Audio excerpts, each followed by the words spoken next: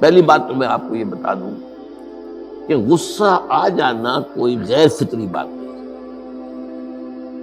غصہ اللہ تعالیٰ نے انسان میں رکھا ہوا ہے.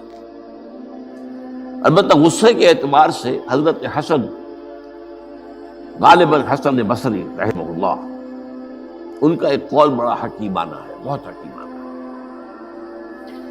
وہ فرماتے ہیں کہ ایک انسان تو وہ ہوتا ہے جو پورا انسان ہوتا ہے، مکمل انسان ہوتا ہے. ایک ہوتا ہے نصف رجل، آدھا انسان، وہ انسانیت کے معیار پر پورا نہیں ہوتا، ہاں نصف تک آ جاتا. اور ایک انسان ہوتا ہے لیس برجل، وہ انسان ہوتا ہی نہیں، وہ حیوان ہوتا ہے.